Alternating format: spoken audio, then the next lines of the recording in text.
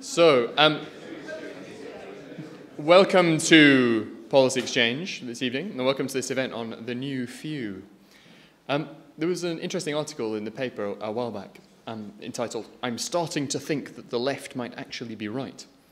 And this article made various points saying, it turns out that, as the left always claims, a system purporting to advance the many has been perverted in order to enrich the few. And it turns out that the author of this firebrand left-wing article was none other than my former chairman, Mr. Charles Moore, formerly editor of The Telegraph. And this is a very surprising thing, but he wasn't the only one to start making these arguments. He was talking about the growing power of the media, the bailout of the banks, the operation of the euro crisis, which seemed to be impoverishing people in the periphery of Europe. Now, those are things that we have been interested in here at Policy Exchange as well. We've been writing about how to avoid bailing out the banks again and how to, running a competition at the moment on how to break up the Eurozone in the most painless way possible. But now we have another author entering the fray as well, writing that oligarchy is not unstoppable, it is no more historically inevitable than communism turned out to be, and nor is galloping inequality. And again, it's surprising that the author of this left-wing polemic turns out to be the former head of Mrs. Thatcher's policy unit and the author of the 1983 Conservative Manifesto. So surprising, but perhaps not so surprising if we know a little bit more about Ferdinand Mount. You, of course, all know him as a famous novelist, classicist, an author and journalist. He is the author of many interesting books, including his most recent one on how the classics have come back to us, and a previous book which I thought was fascinating on Mind the Gap, which is about the hidden class gap that nobody wanted to talk about back in 2006. Now people clearly do want to talk about that gap. Since the financial crisis, it's become a big public issue. This is, I think, an interesting book for all kinds of reasons. You can get it at the back of the room if you'd like to get a copy.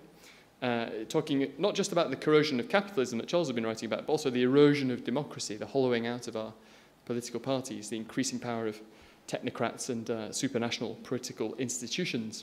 And interestingly, the pulling away from the rest of us, not just of the people at the top of our society, but also at the bottom.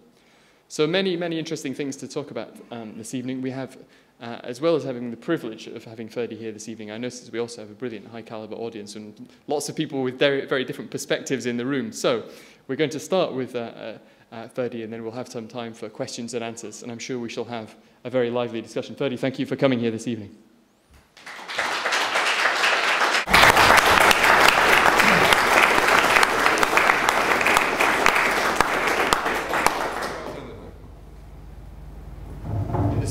Egalitarianism, we're both going to just sit down. Thank you very much, Neil, and thank you all for coming, and thanks to Policy Exchange collectively, if that's the word, for inviting me to come here and talk about the book and the subject and all of it.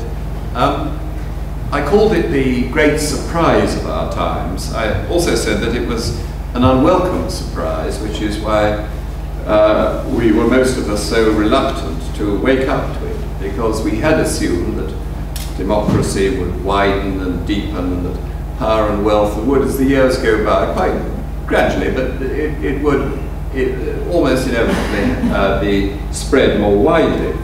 But instead, over the last 10, 15 years, we found that power and wealth had begun to migrate into the hands of a relatively small elite.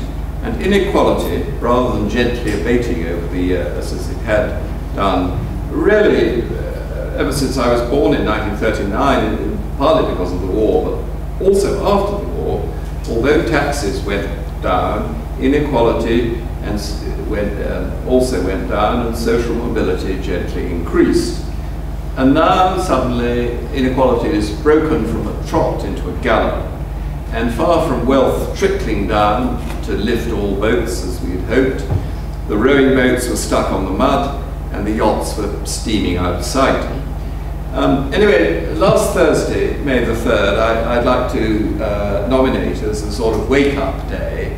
I mean, the first day of the shareholder spring, the very late and chilly spring, that it was recognized, I think, by most people as something rather remarkable, that no less than 5 leading giant international companies suffered violent and in many cases unexpected shareholder revolts. Aviva, Reckitt Benckiser, Premier Foods, Carillion, and in placid Switzerland, 37% of investors in UBS refused to endorse the company's pay policies and blocked a resolution that would have allowed the board to issue shares to cover their bonuses. It was a remarkable day. Yet the disquieting thing is that there was little sign that the chairman, who were battered by this onslaught, were repentant in any real sense. They still didn't quite get it. At Aviva, as at Barclays the week before, the chairman of the Remuneration Committee apologised only for, quote, not doing enough to engage with our shareholders, unquote.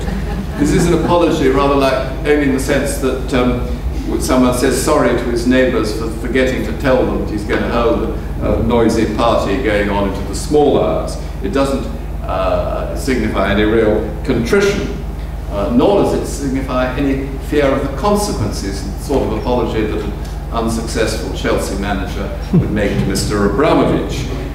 These people, in short, have no clear idea, or seem not to have, of who actually owns the company.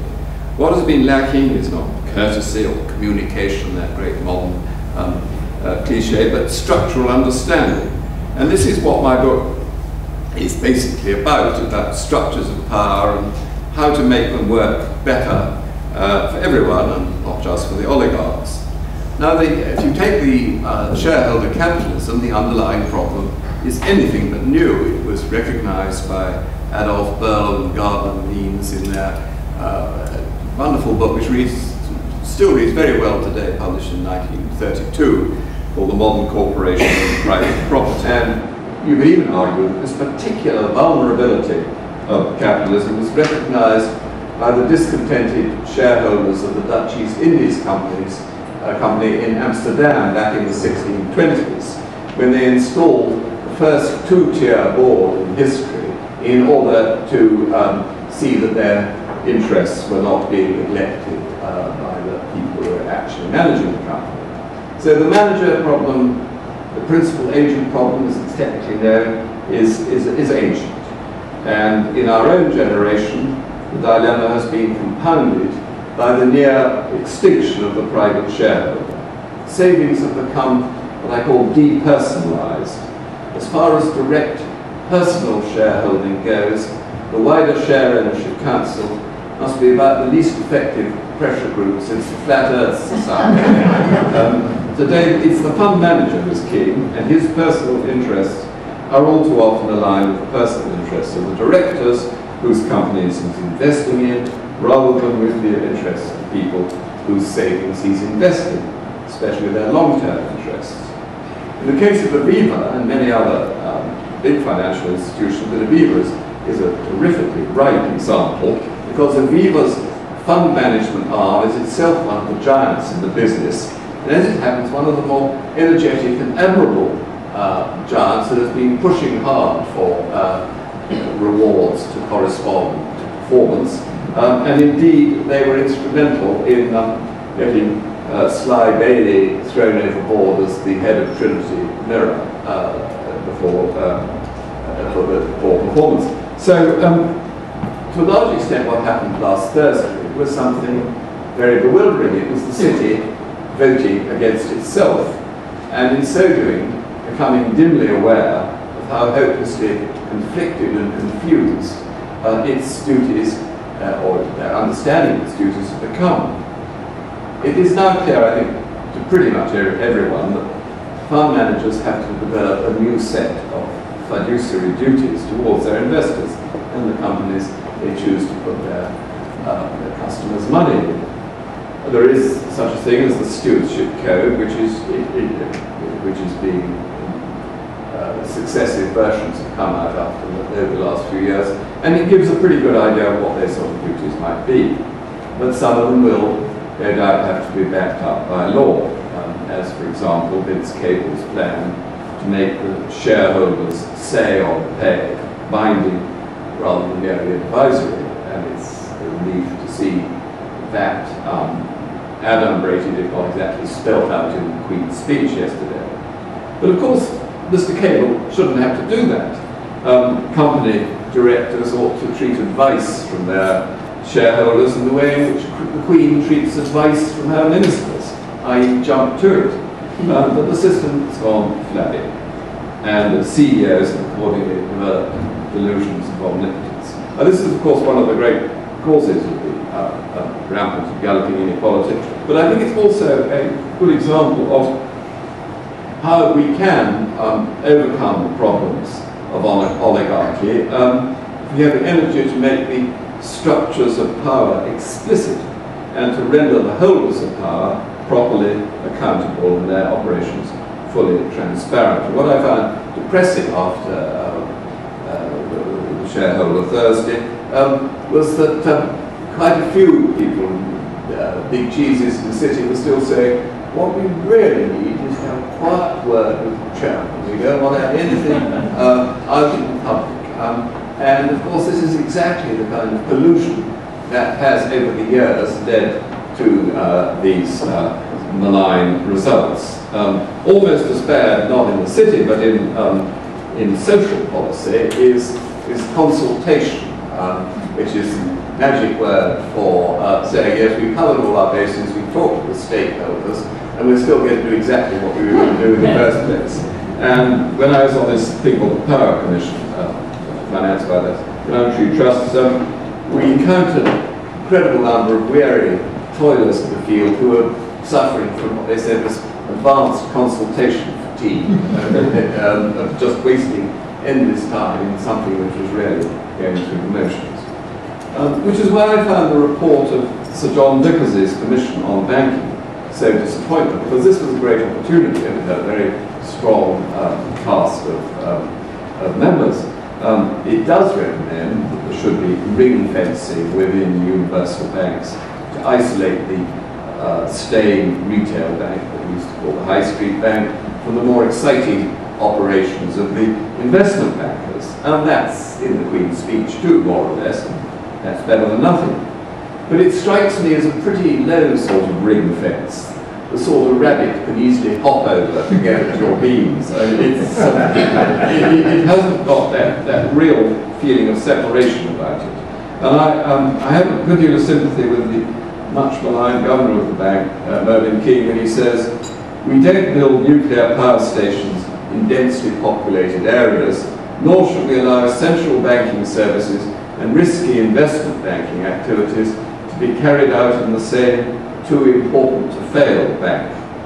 It wouldn't be so bad if Sir John Vickers had suggested a bit more structural diversification, because he does recognise that the present setup is hopelessly uncompetitive. There are only 4 big players, or 5 if you include Santander. But he specifies only some pretty insignificant sell-offs of Lloyd's branches, nothing to promote real diversity in financial services, such as I don't want to do, nostalgic, but such as we did used to have, and dozens of smaller local banks, a revival of mutual building societies where our nationwide reigns in solitary splendour, and a whole range of different operations which would be much more attuned to the needs of the small and medium business.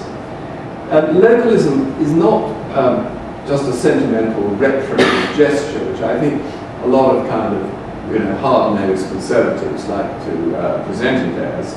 It's by rebuilding the strength and independence of those intermediate, in-between institutions that fill the space between the state and the citizen that we genuinely spread power and make democracy a felt reality. Localism is also, can be, the source of new jobs, which we're sort of all desperately floundering about, trying to think where they're coming from, and new businesses. If you're looking for growth points, look local. More jobs, and also fewer riots. This happens to be the first anniversary of the riots, and I think that a vigorous local culture of towns and cities which have real independence and real power would have done a great deal more to deter that kind of mad and senseless rioting. I've given in the book full credit to the coalition for their localist agenda, possibly too much credit. I do like the general power of competence which local authorities now have under the Localism Act, which means that they can do anything they fancy which isn't against the law for individuals, rather than only being allowed to do those things which the government says they can do. And that's could be an avenue to a whole lot of new ventures. And it's a complete reversal of the tendency, particularly in previous conservative governments, of narrowing the areas of operation open to local authorities and parish councils and all the rest of it. But all that may be a mere bauble as long as local authorities don't have the full revenue-raising powers that they used to have, which they enjoyed for centuries. And that, I'm afraid, still looks to me like a pretty far-off dream. The old firm of Osborne and Pickles seem to run for cover and offer yet another freeze on council tax at the first sign of trouble. And even the greater freedoms for local authorities to dispose of proceeds of the business rates are pretty much edged around. I mean, I'd like to see a new deal which would set councils, first of all, would have several more bands at the upper ends for council tax. We've lived in the same house for 40 years, and it's very agreeable, but we are still paying the same amount in cash terms, not in real terms, in cash terms, in local taxation, now the council tax, as we paid in the domestic rates 40 years ago. I mean, very nice, but I sort of feel we might be making a slightly larger contribution to the local economy over that period.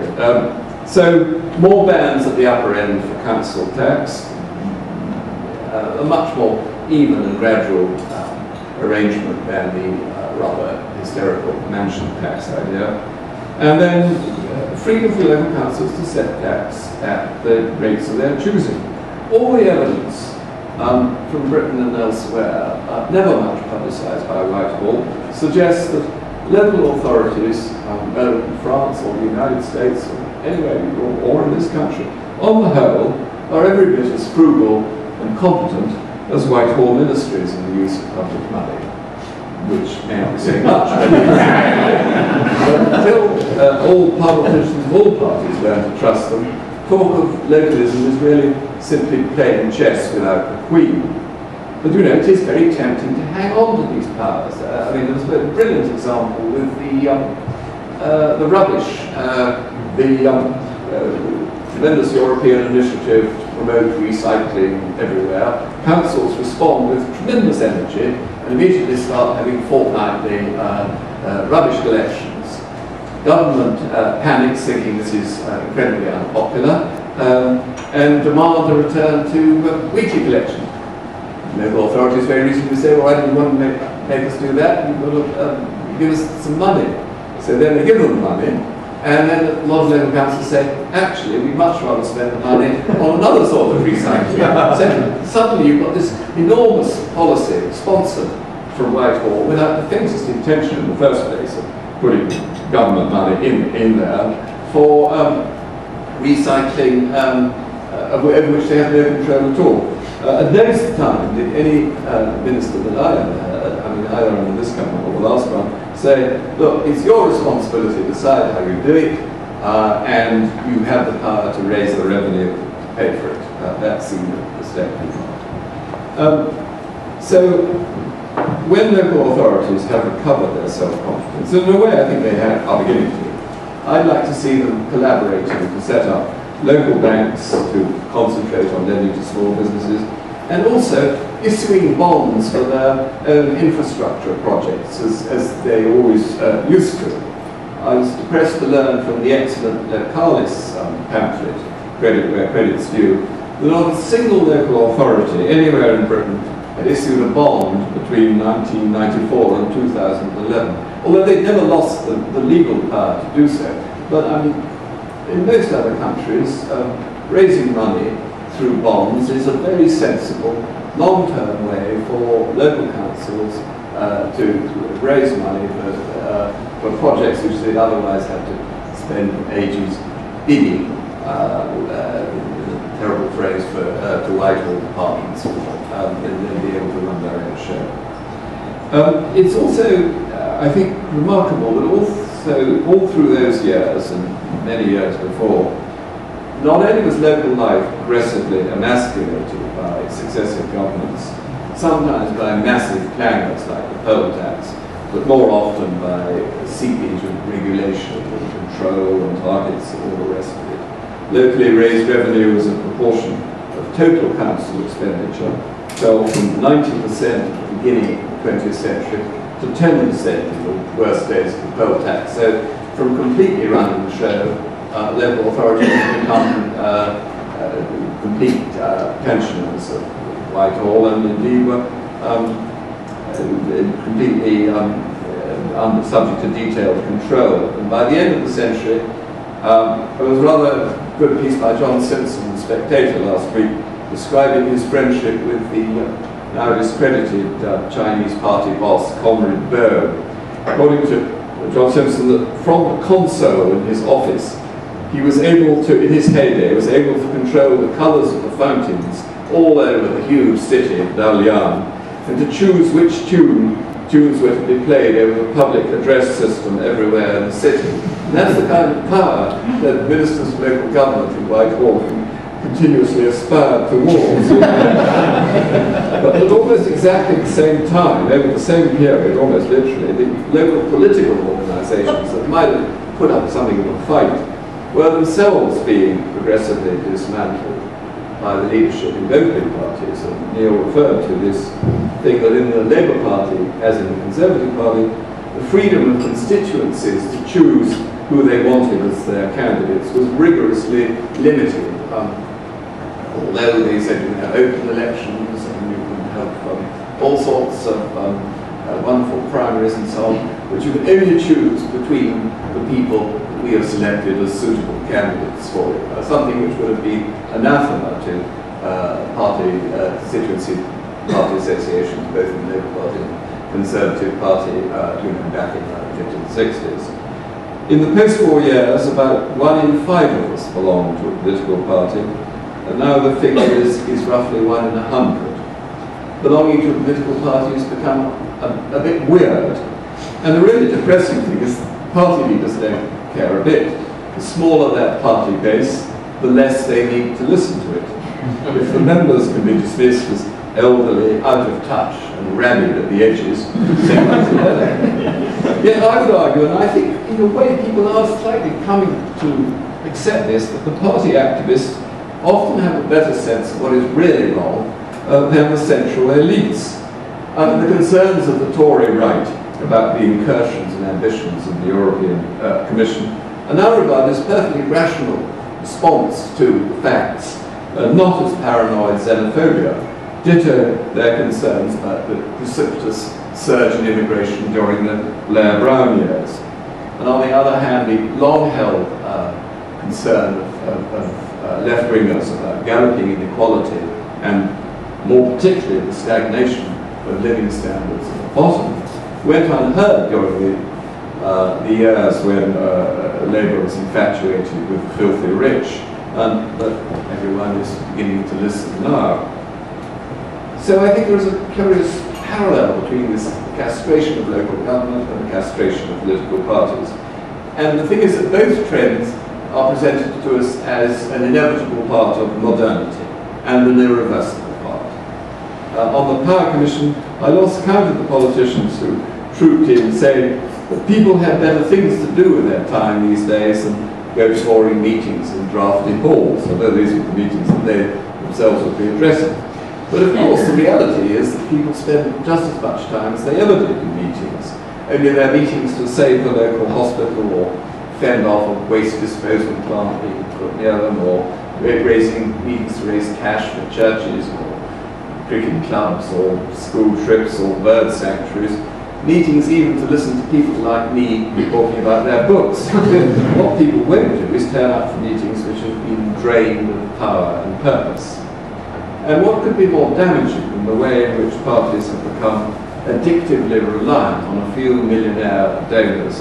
Because it's not as if these donors were the sort of haven of sanity, because they're just as likely to be dodgy, demanding, or demented as the Royal Party activists. One of the things I rather hope for is the impending bankruptcy of the big political parties, because only bankruptcy can force them to think about how to revive political life in this country. I mean, one simple remedy would be something on the lines of the church tithe in Germany, under which a modest proportion of the income tax you pay go to the church you happen to belong to. If you don't want to contribute to any political party or any church, then you could choose to let the money fructify in the treasury or go to some sort of charity pool. The scheme of this sort has the advantage that it avoids the normal conventional idea of state funding, which favours the entrenched big parties because you get the money in a corresponding to how many votes or how many numbers you got in the last election. But this would be a genuine, open choice of citizens as to where they put their money. And then, of course, it would give those political parties a handle to reach out to the people who contribute. But anyway, that's one idea of doing. One or two reviewers, I mean, well, they were incredibly nice, but one or two complained that the book, after this sort of bad-tempered indictment, it offered rather mild remedies.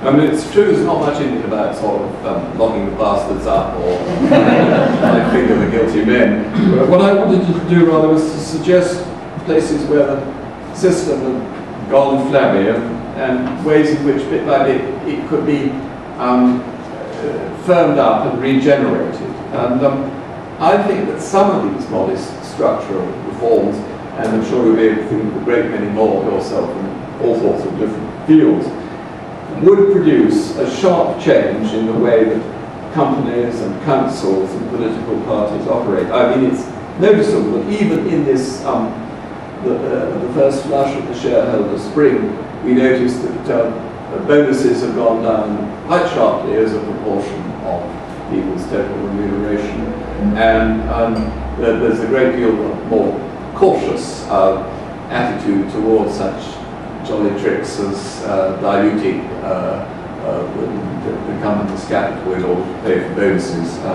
the lucky ones. I just end by saying that the besetting sin of politicians, now as ever, is in not following through even when they've got a good idea. Almost all prime ministers and cabinet ministers in our times, with the noticeable exception of Margaret Thatcher, who had many faults, but lack of tenacity was not one of them, have had a fatal predilection for mistaking the gesture for the achievement. And that's where think tanks like the Policy Exchange, I think, really earn their call, not just by devising ingenious, fresh policies, but by monitoring how the new policies are being implemented and identifying, as always happens, their unintended consequences. I don't think this is a watershed moment like 1945 or 1979, because not all the streams fall down the same side of the mountain. The task, I think as we see it now, is not to work for a larger state or a smaller state exactly, but to identify what needs to be put down to put right what I call the corrosion of capitalism and the accompanying and some intertwined erosion of democracy. And it's a long-haul flight, and one which has scarcely taken off yet, but I do hope at least that we're all travelling together in roughly the same direction.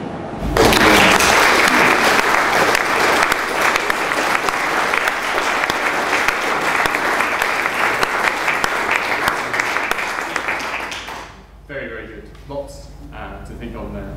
I'm sure you will have questions. This is the start of the conversation, so if you want to put up your hands and say who you are and where you're from, the microphone will rove around the room and come and find you. We're going to start with my colleague Alex, and then Ms. Lily in the very back row. Hello, and thank you for a very interesting talk. I agree with much of it. The bit where I take issue with perhaps the localist part, for two reasons. The first is between 1900 and 1979 or the mid-80s, local authority power declined, but inequality also declined. And the second point would be that tax-raising powers, if that was the key to it all, America would be the most equal society on earth. And there appears instead to be a correlation between more inequality, so because you end up with schools being funded by rich parents, etc., rather than less inequality. And I accept that local councils can be as competent as central government, but that isn't necessarily that competent. So yeah, the 2 points would be 1979, decreased local voting power, decreased inequality, and also that America, the most unequal society, the most localist. Well, that's, am I wrong? Yes. That's an extremely good and probably unanswerable point.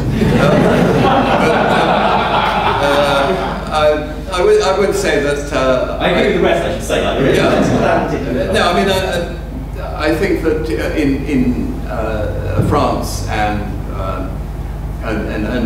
Germany, I think the greater energy and greater firepower of local government has had considerable good social consequences. And I would even argue that in America, although, as you say, the inequality is even more rampant there, I think that in a well-run American state, and in a well-run American city, there are a lot very badly run, I think, you know, a good mayor can do a great deal to create a sense of, to coin a phrase, we're all in this together, and relieving poverty. But I think it's a very good point. It's literally right at the very back of the room. Hello, yes, Georgina Patterson from the BBC. Your case for localism is very compelling, but why then is voter turnout so low? Why did we reject elected mayors, and are we just not angry enough? Is that the problem? I think it's cause and effect, chicken and egg. If you drain local authorities of power over a very long period, people think quite reasonably that there's not much point. In fact, there is still a great deal of point, but you can't blame people for thinking that you know, the life has gone out of it. But if you get a virtuous circle moving, you will get higher turnouts, and you will get, and I think you are already beginning to get, people of better quality coming back into local government, which for years we sort of, no, nobody's going to do that, they're not going to bother. I think that is beginning to change, is my sense, and that so that if you can get the virtuous circle rolling, and if you get this, I mean, some of Eric Pickles' things could work out very well. If you have a vote on the level of the council tax, then you will get an energetic debate of the council saying why they want to spend more, other people say well, why they shouldn't, and if that vote is held at the same time as the ordinary local elections, people certainly will turn out to express their views. So I think it's a question of getting the ball rolling in the right direction. There's a gentleman also back in the same room, and we'll come. David Nicholson, former MP and now a very part-time lobbyist, who is. And it's excellent, clearly, that this should come from the right and challenge the monopoly or quasi-monopoly of Polly Toynbee. And it's important, obviously, that we should concentrate on solutions, having made the analysis. Can I ask you about a related problem that I don't think passed your lips, but I think is probably a great scandal, and the worm is beginning to turn, which is the private financial initiative, where it seems to me that the future taxpayer is going to be milked for the very often very inefficient spending by lots of very large corporations who have lobbied, hopefully not through me, have lobbied over the years to get into this. I mean, this is a crying scandal, and the cost to future taxpayers is going to be enormous. Just before we answer, if we could actually push for another contribution of the audience on the same subject. I spotted the MP for Hereford, who I know has done a lot on this question about PFI, and it does. So your book is about the kind of interconnection between financial and political power, and it's some of the things you've said, I think, about PFI sort of raise those questions. Yeah, that's true. Thank you, Neil. I'm sorry, I'm guessing all. I've actually just published last week a pamphlet through another think tank on the PFI, and there is no doubt that it was a bit of a racket, and one in which the then government was deeply collusive. And there is a slight particular element to this, because the Tories famously introduced it, but of course they couldn't make it work. And it was really only under the Labour Party that it increased by a factor of 10. And it would be quite remiss of me in discussing this, we not to point to a most brilliant parliamentarian who's in here as well, Richard Bacon, in front of me, who led a lot of the fights on the Public Accounts Committee on issues of PFI, which you remember when. So I absolutely agree and share with everything that's been said. I don't think, by the way, it's remotely surprising it should come from the right.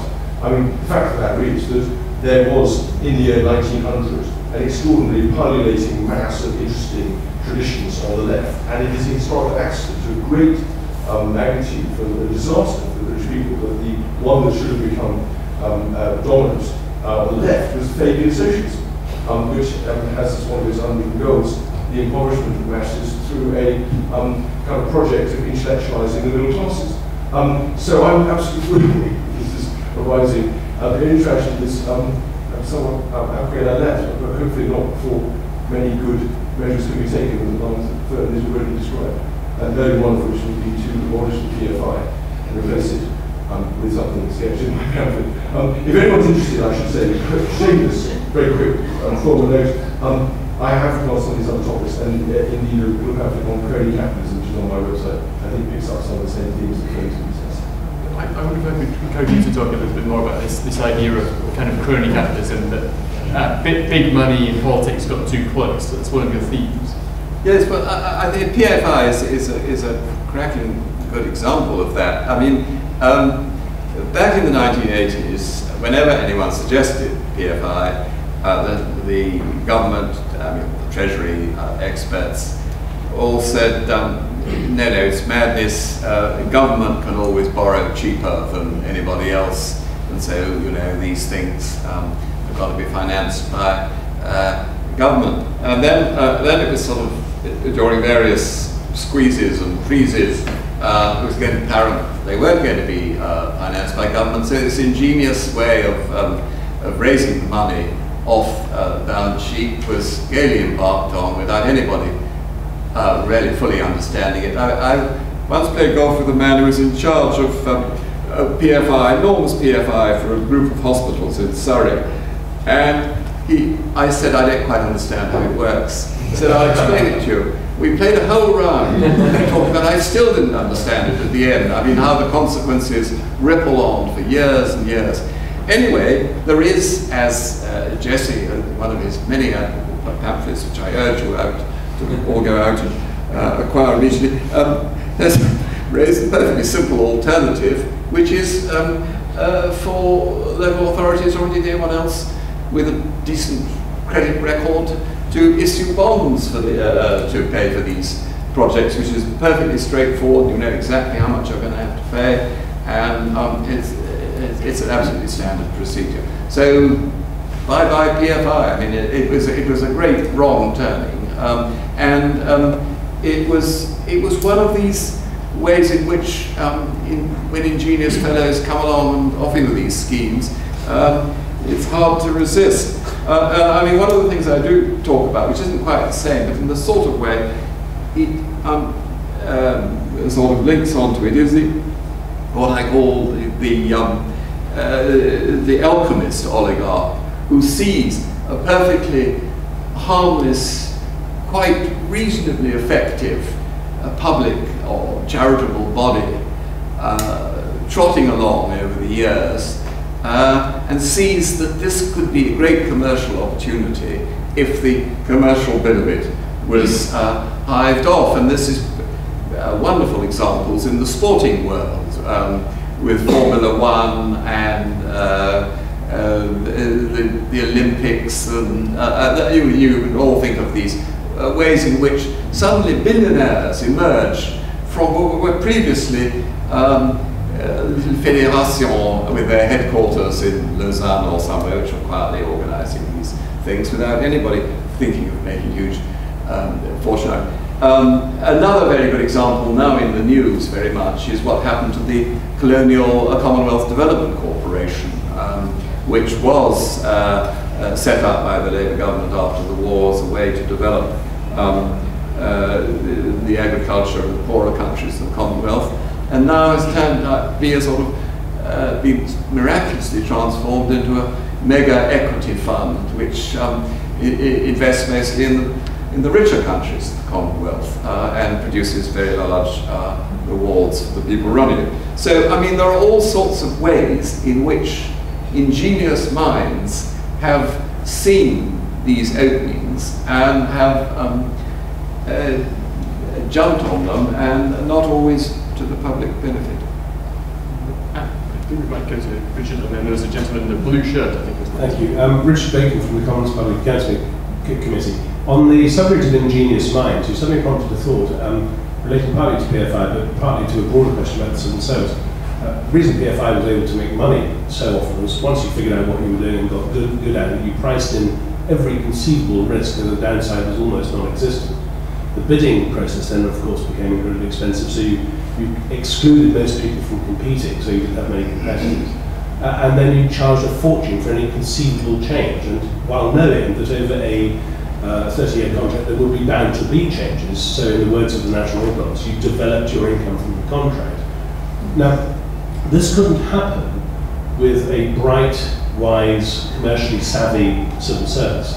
And the thing that I've been wrestling with for 11 years on the Public Accounts Committee is how it is that we take some of the brightest graduates in the UK, and the civil service is still one of the top 2 or 3 graduate recruited destinations. We recruit people, it's true, mainly for their analytical skills rather than for their ability to get things done, but we recruit very bright people. And then 20 years later, they don't seem to have the skill set that they need actually to run things. And that is a problem that was identified by Fulton 50 years ago, and it is still there now. I was talking to a cabinet minister just the other day who said that the problem with the preeminence analysis over delivery is still huge inside his department. He's regarded as one of the more successful, facing a rare breed at the moment, but one of the more successful of cabinet ministers. Could you comment a little bit about the problems we face in reforming the civil service? Well, as you say, for 50 years, we've had repeated inquiries like Fulton, producing exactly the same set of complaints. And we've tried everything. We've sent them off to work in merchant banks for a couple of years, and they come back saying they didn't like it at all. But they didn't seem to pick up much of it. I mean, I think in a way we're trying to do something which can't really be done, which is to inject into people whose prime job is public service a sufficient understanding of how ingenious profit-seeking minds will work. So I think you've got to keep the system as simple as possible, and that, for example, to go back yet again to the idea of local authority bonds, is that something everyone can understand, and you can't fiddle the terms of engagement in the way that you could with PFI. I think anything that requires the civil service to be incredibly brilliant and dynamic and spot, the flaws is kind of doomed, really. But although, as you say, certainly in my day, it was the sort of top thing that the brightest people wanted to go into. There's a gentleman who's been very patient.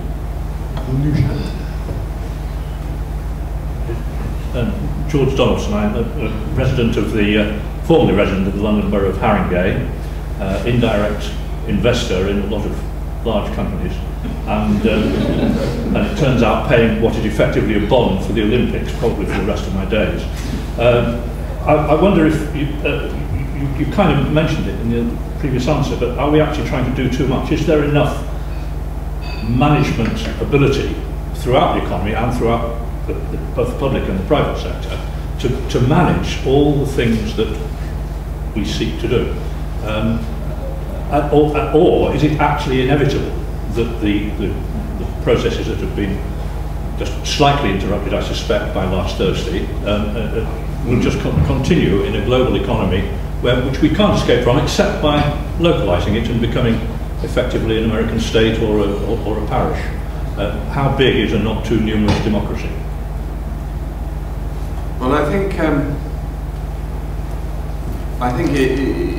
complication is to be resisted as far as possible. Now, it's very true in the case of local authorities who were encouraged to get involved in interest rate swaps, which they didn't understand, and no, it turned out that the people selling them and the complications which have unhorsed so many banks are reproduced in other businesses too. I think you do need to aim to simplicity, and the idea that by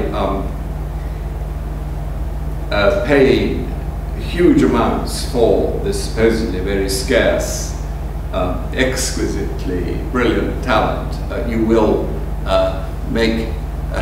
insure yourself against error is complete nonsense. You have to recognise that as soon as you introduce elements of complication and uncertainty in any enterprise, you're running into things you don't understand, and I think that's just as true in government as it is in business. And I share your anxieties about trying to do too much. Yeah. And there's a lady in purple who we're going to come across you, and then come back to the lady over there. Actually, we'll come back to you. Sorry. Susanna Herbert, former journalist. I'm interested in a book about inequality. You write remarkably little about schools, and this crosses over what you said about localism. Localism in the running of schools is passé. It's over. The government wants schools to become academies accountable to the central government. Is this, in your view, a good thing or a bad thing? Is it going to increase or decrease inequality? And there's a supplementary question, which is to do with the money that is paid to headmasters now. I was interested to see that some headmasters get paid sums which are what you used to pay a merchant banker. I'm talking about sort of $250,000 or so. I understand this is all meant to be for the good, but I have not yet found anybody who could satisfactorily explain in what way this is compatible with any kind of increased equality. That's an extremely pertinent question. I think the half an answer is that when LEAs were supreme and really ran the show, and in fact central government played quite a modest part, in a sense this was a slightly unreal sovereignty, because the sovereignty as it emerged really belonged to the teaching unions and the teacher training colleges and the whole educational establishment, rather than the local authorities who were supposed to be in charge of it. And they subscribed to a form of education which, I mean, this is putting it very largely, but which, whatever else it wasn't the sort of education that when people paid for their children's schooling, they paid for a rather different sort of education. And this seemed odd that anyone who could afford to would pay for, not different in necessarily quality, but in kind, the comprehensive ideal. And I quite agree with you. I don't think paying £200,000 a year to a head teacher is going to alter things. The teachers in Germany were not brilliantly paid all through the post-war years, yet they regularly seem to produce rather better results than we did. It's a question of ethos, and which I think the ethos has changed. I think all state schools have been put through the mill of endless targets and testing. to such an extent that they have become changed. And oddly enough, I think it would be interesting to see whether those schools which continue to be controlled by alliés may in fact perform quite well in the years ahead if they have a whole new set of values. And I don't think we need to pay the heads. I mean, obviously pay a bit more than they used to get, but I don't think paying super heads these vast salaries is the answer. I think it is a change of values, which this is an optimistic enterprise. I think has begun to happen, and sort of things which are quite small in their way, but I mean like the Teach First initiative, which in the old days would have been fiercely resisted by the unions, probably still is, but is now accepted as a reality, and a whole swathe of university leavers are getting experience of teaching, and a lot of them staying in the profession. So I think it wasn't simply that the schools were under LEA control. It was what that involved. Go to this gentleman here and then to the other lady. Hello, I'm Rhys Moore. I work for charity Citizens UK, and I look after the Living Wage Foundation within Citizens UK. For those who don't know, the living wage is an hourly rate of pay slightly higher than the minimum wage, which employers voluntarily adopt. And I just wanted to put a good word in for Aviva, who have come in for a kicking. They very recently adopted the living wage across all of their operations nationally. So if you're a cleaner in Aviva, if you work in their call centres, you now get a living wage. I don't work for Aviva, but I credit where credit's due. They're joining a list of about 100 employers who are now paying the living wage. You've spoken about high pay and how we might approach that issue structurally and in other ways. I'm interested in any hope you have, optimism you have about pay at the bottom, and how we might approach the lowest 20%, say, or those on the minimum wage. I think, as your previous boss said, and how we do that as well as that. Well, actually, the book starts with the cleaner at HSBC getting up and saying, "I get £5 an hour," and the man whose free dental treatment was being paid for, the boss of households getting whatever it was, 37 million. And anyway, by the end of the book, Sir John Bond has become the good guy and has conceded the living wage for all HSBC employees at Canary Wharf.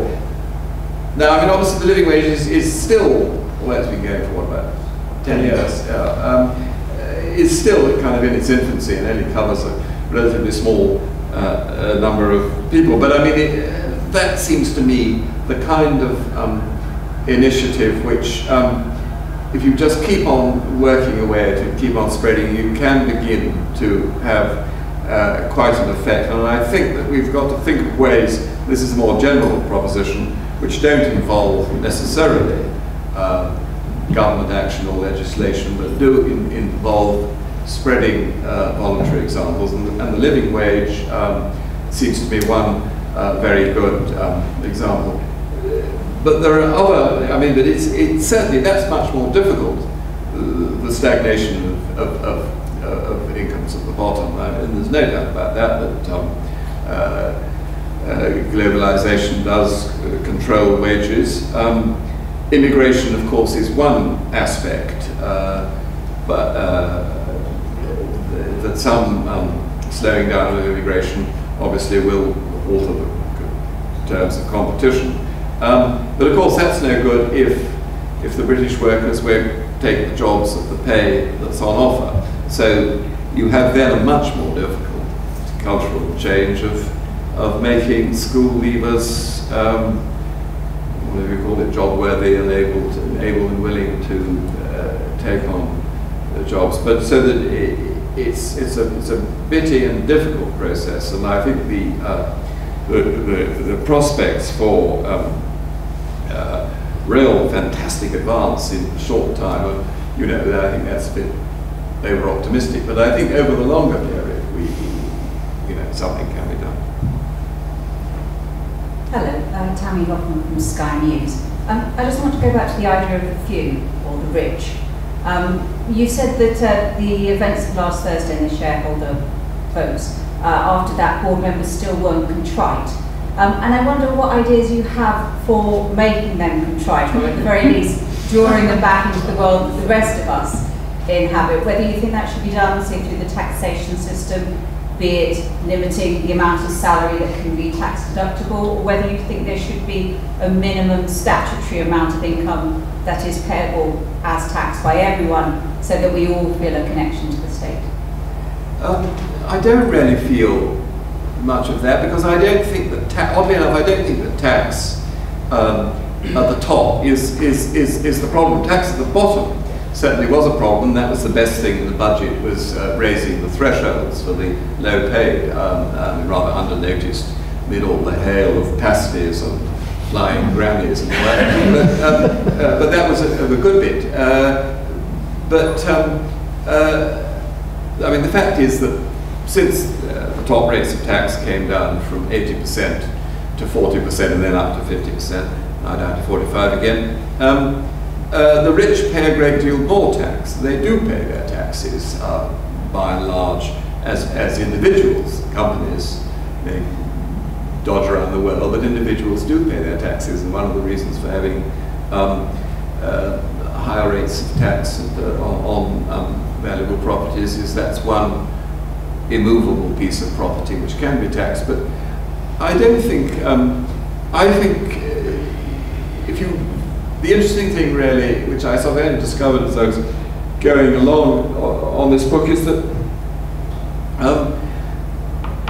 these ratios swing about in a most violent way. That the inequality between the top and the bottom was rampant in the 1920s, came down very sharply in the 1930s, so that the CEOs and the people on the shop floor came much closer together, and they stayed fairly close together, both in Britain and in the States, right up until the 60s and 70s, when they started, when the inequality started to get going again. Now, this inequality was justified, as always, on the grounds that you've got to pay the talent to make companies vibrant and energetic. But certainly, you know, the great days of American capitalism, the gap in the 50s and 60s, the gap between the top and the bottom was much narrower. And in fact, the chairman of DuPont said that he was paid half what his dad had been paid when he'd been chairman of DuPont. I mean, things had been narrowing. Then nothing to do with the tax system, entirely to do with the cultural expectations, what was regarded as a sort of reasonable rate of pay for the top job. And this is it's culturally very different. The gaps are much less on the continent than they are here. And that again it's so that I don't think you need to have these elaborate tax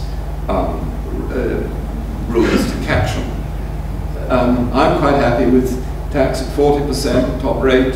The money comes flooding into the treasury, and the rich pay a higher proportion. I mean, in all my laments, one must remember that the rich pay a far higher proportion of tax, the total take of tax now than they ever did before.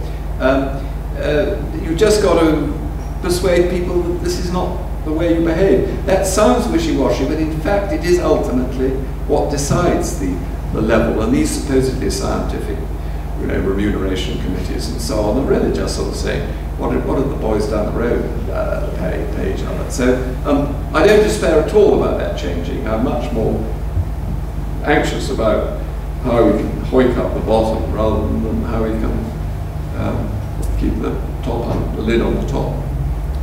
So, gentlemen, blue shirt, hello, I'm Jonathan Ford from the Financial Times. I was interested in the answer you gave to the question about education, how I fully understood it. and the decision to take sending academies out of local authority control into central control. I mean, having read your book, you talking about the virtue of having competition between solutions to various problems, including obviously education, and you talked this evening about the virtues of simplicity, which I agree with. It seems to me that academies as a system sort of cut against that in two ways. One is they make the whole system of education provision more complicated. They may solve certain managerial problems, as you suggested. The second is that, you know, in recent days we've seen a situation where the government has miscalculated the amount of money it should have given to the academies as a sort of to encourage them to cross over the barrier. And the result of that is that local authorities will see their education budgets actually cut. So it's a removal of power from local authorities. It seems to me that just reading your book, you also talked about bonds, local authorities issuing bonds, which I also agree with. It seems to me that it's not just a question of the credit rating of an institution that will drive the desire of investors to put money into these bonds. It's also the idea that they need to be able to control the amenities they provide, to create an environment that's conducive to economic growth and therefore encourages them to plan and expand.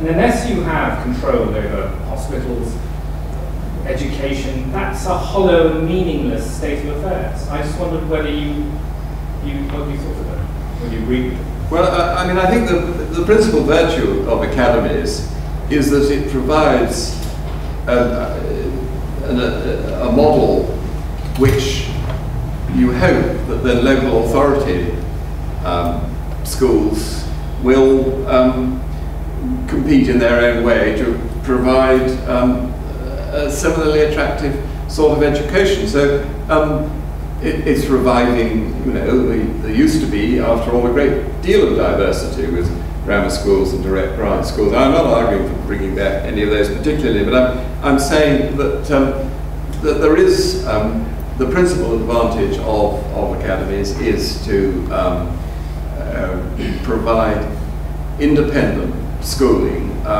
which can set its own conditions for the teachers and so on. But it may be that local authorities suddenly learn much better how to run their schools, and that they'll start taking a share in academies, either in the governments or in the funding. So it's not a kind of they're going off that way and they're going off the other. It's just now there are going to be different ways of starting off a school and or keeping the school going, and you hope that this kind of simple competition, because it's perfectly simple. It's just finding the principal problem that all these academies have had, as far as I can see, is not getting the money, but finding some premises which were usable. I mean, a very basic kind of a difficulty. So that, yes, I think local authorities do need to have control over education. I think they ought to do have much more control over health. And if I could, another thing I can't understand is the Lansley health reforms, which taken. But I mean, if they turn out at all well, that should produce a more local scale and more local control. And I'm in favour of elected officials having a good shout in all these things. Just running out of time. There was, I think, a lady towards the back. No, sir, the gentleman in the white shirt. Sorry, was you? I'm from the Institution of Civil Engineers, and I'm to do civil engineering talk. Talked a lot about changes over time, but I wonder what you thought we learned from other countries which are relatively similar to us. We talked about the US example, but thinking more about other Northern European countries, we did mention Germany. And I think after the Second World War, the government structure there was designed in such a way as to avoid certain political power being very concentrated in very few hands. And we don't seem to have adopted any of those lessons. Certainly, south of the border, I find it quite interesting coming to London and seeing the increasing power and concentration of political and economic power in London as compared with the north of England. talk about the few that are not the industrial manufacturing environments of Birmingham, Newcastle, Liverpool. They are overwhelmingly, if not almost entirely, in London. And it seems that localism is really crumbs on the table if you're in Manchester or Leeds or Bradford or these sorts of places. So I just wonder what you might learn from Germany, Scandinavia, these sorts of things. We hold that thought for a moment and take up. So there's a lady very front row here. Let's take two together. Thanks very much. Thank you very much. Thank you. My name is Zara Pratia. I'm talking to you from the very lowest levels of society, really at the bottom of the pyramid. And at the bottom of the pyramid, democracy is just something that occasionally we do every few years, putting a cross up against a name. But nobody ever mentions to the people who are privileged enough to live in democracy that they might have an obligation to keep their institutions accountable, to take an interest in them, to get involved. In other words, we at the bottom in particular are just encouraged to give our power away to these big institutions, who of course lap it up. And I just wonder if you can think of any reasons why, or any methods by which we can get back our democracy, or encourage people to actually think in those terms, because at the moment they just don't seem to be. Two sort of overlapping questions there. Thank you. Thank you very much, both.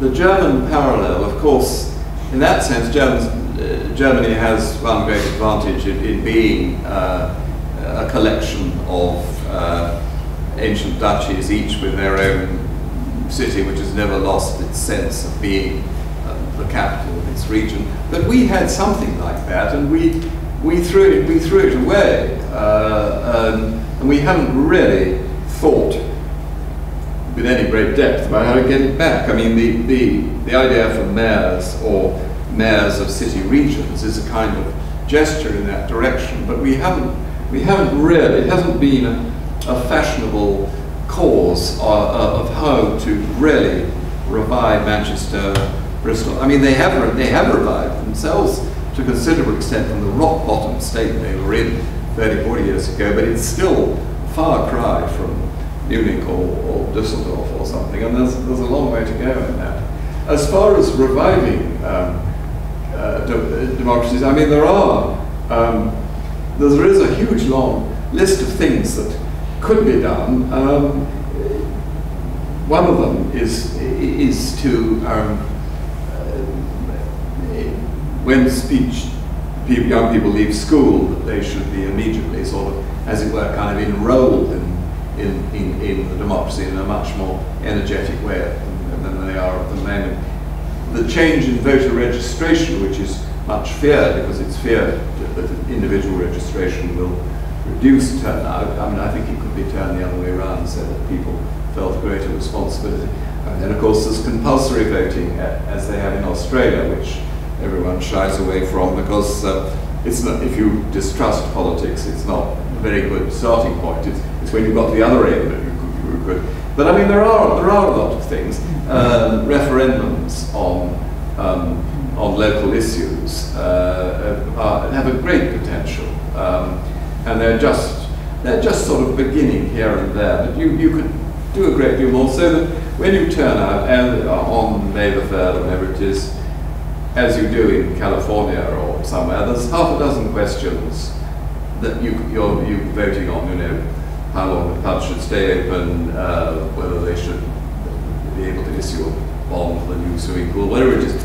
And you know, the chances are that one or other of those issues will catch your attention, and so you will feel like turning out. So there are a lot of things that could be done. I think we have time for one last question. There's a gentleman right at the front here. Sorry, Mike Renning from Eton College. Back to the issue of education, I think one of the things that is significantly important, which is actually happening in the state sector, which I think answers your question, is that schools are becoming more democratic in their systems. There's more student voice, more sense of a union, and giving students an opportunity to understand the process of belonging to a political institution. And I think some of the issues, say, from the 1970s onwards have been the result of schooling and the education of people coming into society being very top-down and authoritarian. The national curriculum, I think, has made that a less democratic and democratising process for the students, who then go on to feel rather disenfranchised and demoralised in society. And then in some ways, some of the more successful schools recently, in the academy state sector and in private schools, have looked very carefully at the idea of the role of the student as a citizen, as well as a producer of good grades in league tables.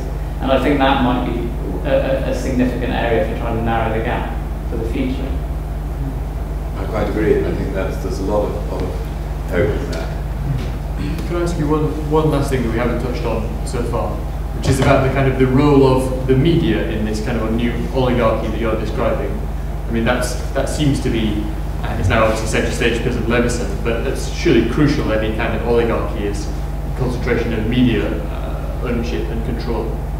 It's concentration of media ownership, but it's also concentration of media in London and with national priorities, and the lack of interest in anything happening outside the Greater London area is a demoralising factor for the provinces. And it's noticeable that one of the first effects of Home Rule for Scotland and Wales is that that their media now becomes completely localised to a fault, and really concentrates on local issues to the exclusion of national and international ones.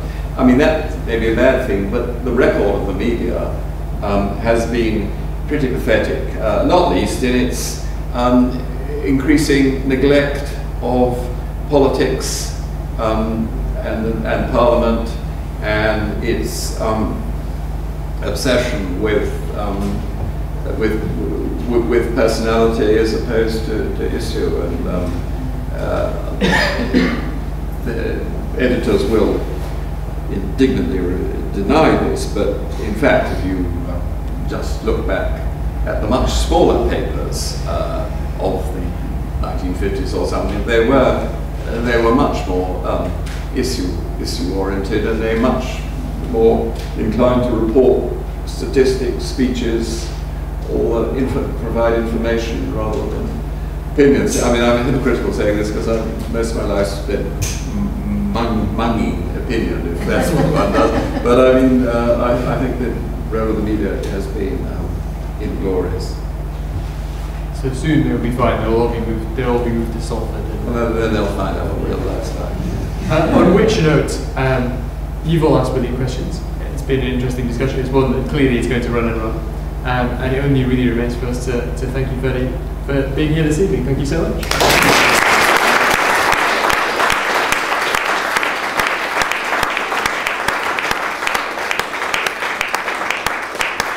If you'd like to continue the conversation, there is wine, crisps, and more importantly, copies of the book at the back of the room.